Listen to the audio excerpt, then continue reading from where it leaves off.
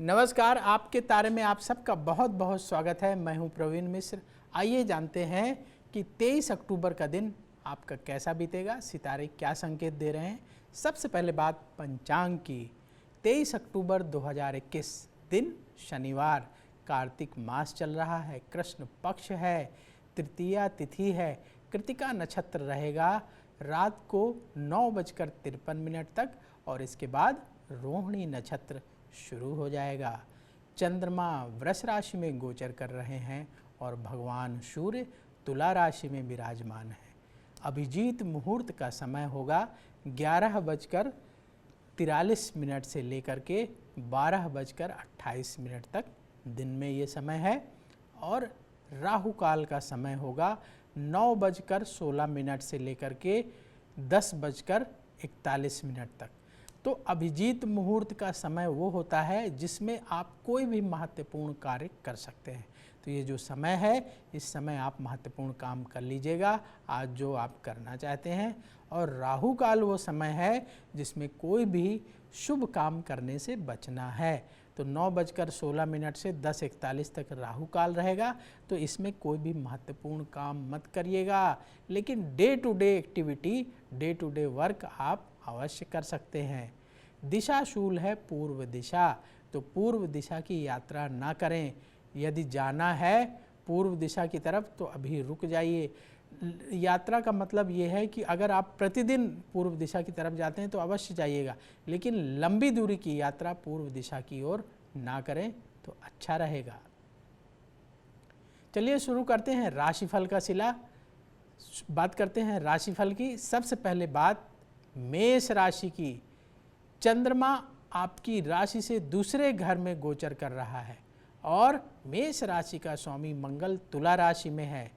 नई जिम्मेदारी प्राप्त होगी, प्रॉपर्टी खरीदने का योग है, व्यापार में लाभ होगा। किसी की आलोचना ना करें और ना ही चुनौतियों से दूर भागें।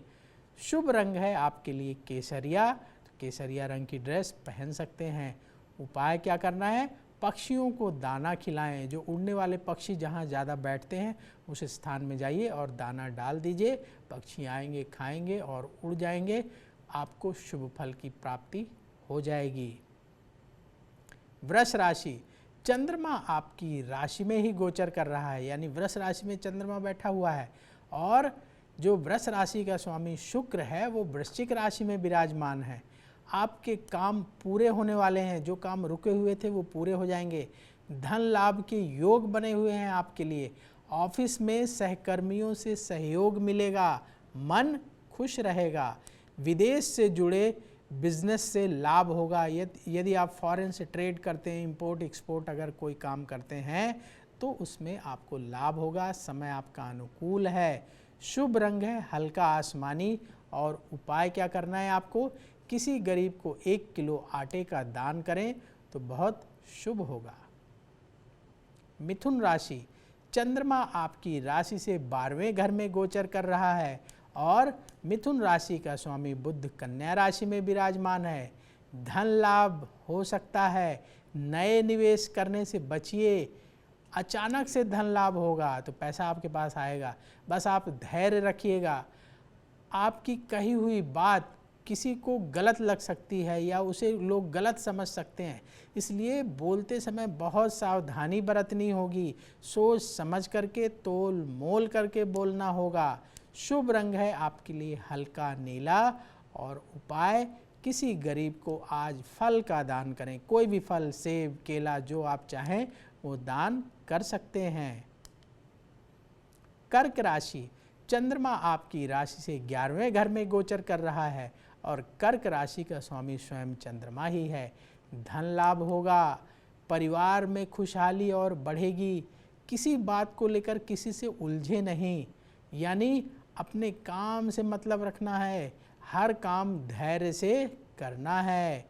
शुभ रंग है आपके लिए गुलाबी और उपाय किसी मंदिर में बिजली का बल्ब दान करें। सिंह राशि। चंद्रमा आपकी राशि से 10वें घर में गोचर कर रहा है और सिंह राशि का स्वामी सूर्य तुला राशि में विराजमान है। काम में आ रही रुकावटें दूर होंगी, मित्रों से मदद मिलेगी, लंबी दूरी की यात्रा से बचें, अपनी सेहत का ख्याल रखें। शुभ रंग है आपके लिए सफ़ेद। उपाय हनुमान चालीसा का पाठ करें तो आपके लिए बहुत शुभ रहेगा। कन्या राशि, चंद्रमा आपकी राशि से 9वें घर में गोचर कर रहा है और कन्या राशि का स्वामी बुध स्वयं कन्या राशि में विराजमान है। काम में आपको सफलता मिलेगी, धन की प्राप्ति होगी, व्यापारियों का खर्च बढ़ेगा, जीवन साथी के व्यवहार से थोड़ा सा परेशान होंगे, धैर्य और सहन शक्ति से काम लेना होगा। शुभ रंग है आपके लिए हल्का नीला और उपाय गाय को रोटी खिलाएं। तुला राशि, चंद्रमा आपकी राशि से 8वें घर में गोचर कर रहा है और तुला राशि का स्वामी शुक्र वृश्चिक राशि में विराजमान है। लंबी दूरी की यात्रा के योग हैं, नौकरी में स्थान परिवर्तन की बात चलेगी, समाज में विशेषकर ऑफिस में आप अपनी प्रतिष्ठा को लेकर के अलर्ट रहिए, अपनी वाणी पर नियंत्रण रखने की आवश्यकता होगी। शुभ रंग है आपके लिए गुलाबी। उपाय किसी गरीब को 1 किलो चावल का दान करें। वृश्चिक राशि, चंद्रमा वृश्चिक राशि से 7वें घर में गोचर कर रहा है और वृश्चिक राशि का स्वामी मंगल तुला राशि में विराजमान है। धन की प्राप्ति होगी, जीवन साथी से सहयोग मिलेगा, पैसा किसी को उधार ना दें, आसानी से वापस नहीं मिलेगा। छोटे रोगों को हल्के में ना लें, ये आपको परेशान कर सकते हैं, इसलिए समय पर दवाई अवश्य ले लीजिएगा। शुभ रंग है आपके लिए मरून और उपाय सुंदर कांड का पाठ करें तो आपके लिए बहुत शुभ रहेगा। धनु राशि, चंद्रमा आपकी राशि से 6ठे घर में गोचर कर रहा है और धनु राशि का स्वामी बृहस्पति मकर राशि में विराजमान है। करियर में कुछ नया करने की योजना बनेगी, मित्रों से बातचीत होगी, बड़े निवेश करने से पहले जांच कर लें, लंबी दूरी की यात्रा से बचें।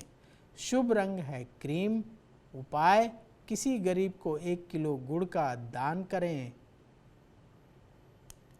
मकर राशि, चंद्रमा आपकी राशि से 5वें घर में गोचर कर रहा है और मकर राशि का स्वामी शनि मकर राशि में ही विराजमान है। नया निवेश कर सकते हैं, यदि कहीं इन्वेस्टमेंट का प्लान है तो आप कर सकते हैं। आपको सितारों का साथ मिल रहा है।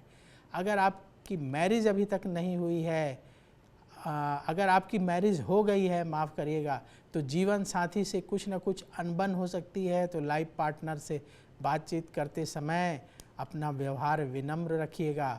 जो लोग व्यापार करते हैं, व्यापार में पैसे की कमी हो सकती है, इसलिए उधार लेन देन से व्यापारियों को बचना है।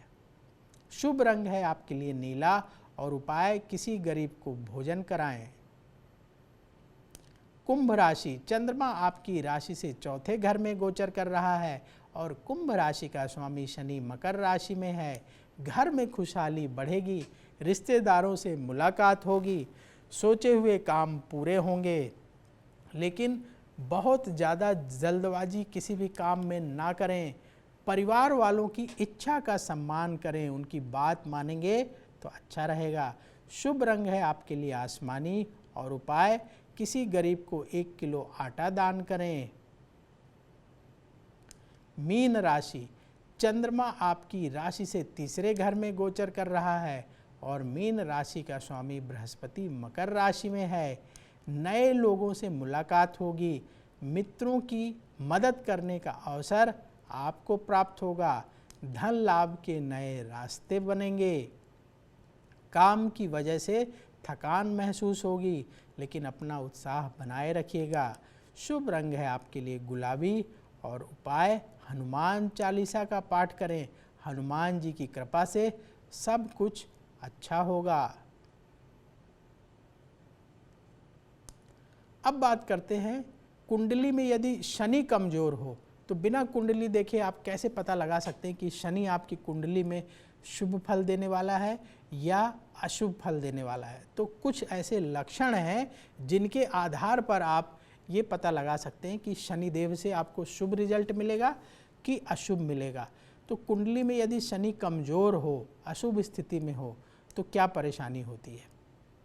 तो देखिए, जिनकी कुंडली में शनि कमज़ोर होता है वो क्या है कि उनके अंदर शांति की कमी होती है, चिंता बहुत ज़्यादा होती है, कठोर हालात सामने आते हैं और कठोर हालात के सामने जो व्यक्ति है वो कमज़ोर पड़ने लगता है। मतलब जीवन में संघर्ष बहुत होता है, टेंशन बहुत होती है, शांति नहीं होती है, नौकरी मिलने में परेशानी होती है। बहुत बार कोशिश करते हैं, बहुत जगह अप्लाई करते हैं, लेकिन जॉब ही नहीं लगती।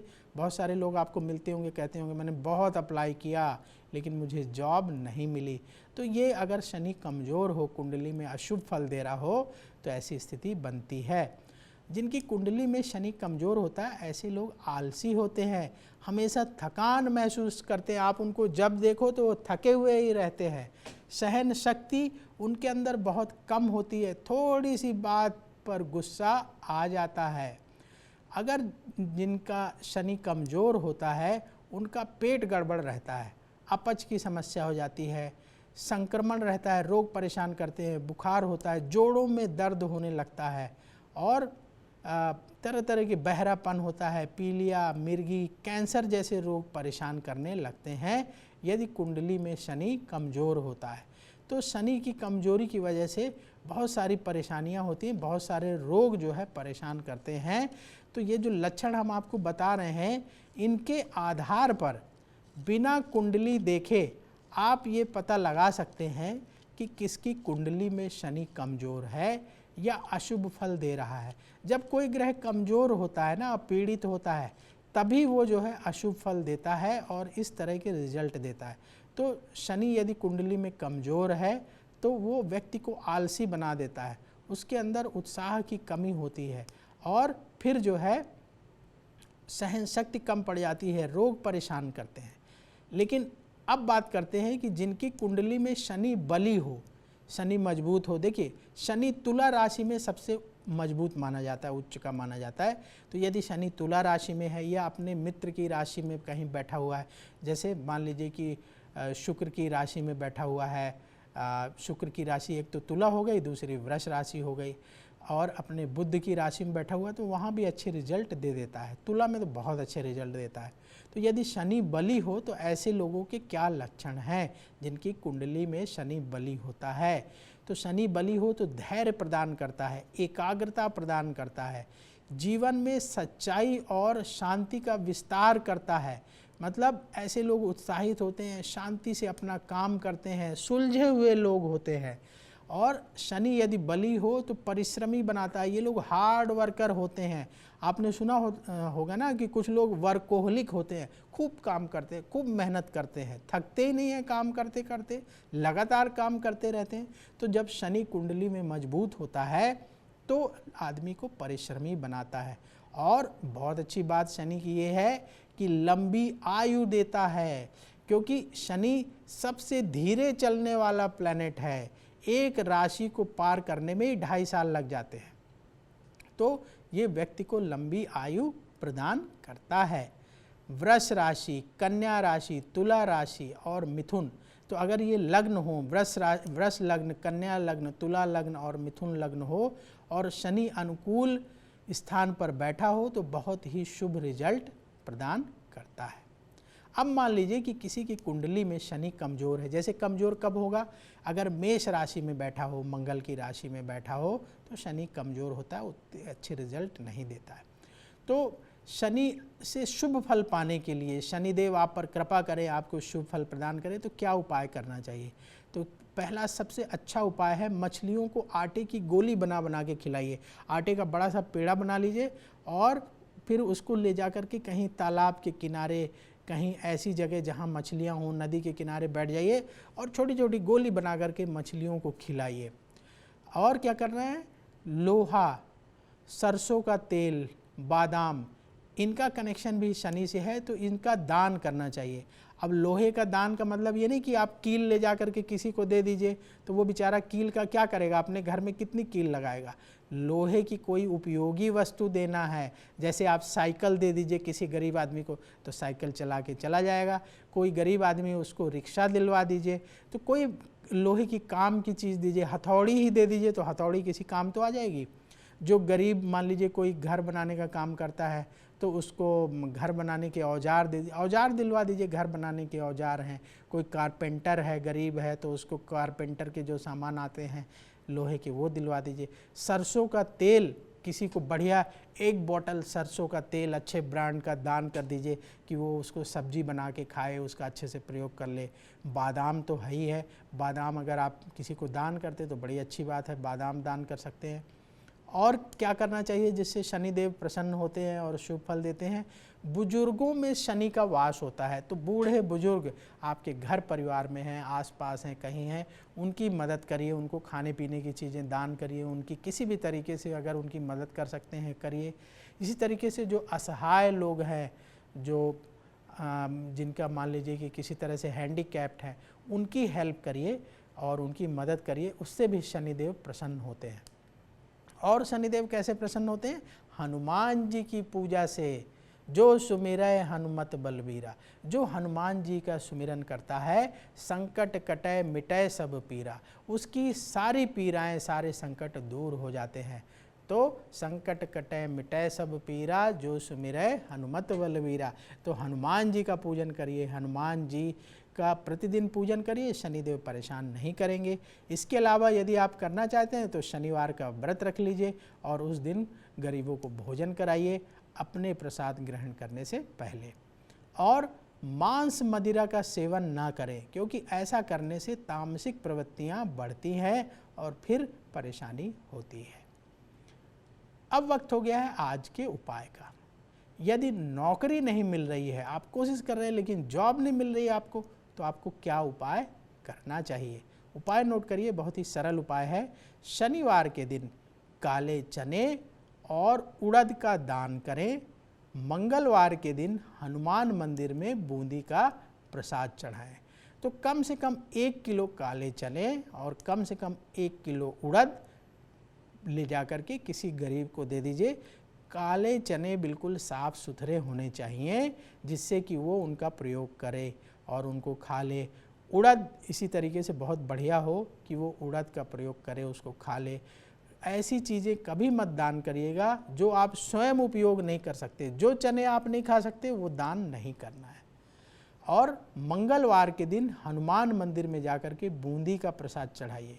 आप अपने घर में भी बूंदी बना सकते हैं, बाज़ार से भी ले लीजिए, थोड़ा ज़्यादा क्वांटिटी की लेके जाइए, हनुमान जी को भोग चढ़ाइए, प्रसाद चढ़ाइए और इसके बाद ज़्यादा से ज़्यादा लोगों को बांट दीजिए। हमने देखा है कि ज़्यादातर लोग बूंदी का प्रसाद चढ़ा करके वहाँ से निकलते हैं, मंदिर से बाहर बच्चों की लाइन लगी होती है, उन्हीं को देते हैं और फिर चले जाते हैं। वो बच्चे थैली में भर भर के रखते हैं, फिर घर ले जाते होंगे। लेकिन कुछ लोग बेचारे दूर बैठे रहते हैं, वहाँ तक जाते जाते प्रसाद ही ख़त्म हो जाता है। अब 100 ग्राम बूंदी ली, 10 बच्चे खड़े हैं, उनको 2-2 4-4 दाना दिया, वहीं ख़त्म हो गई।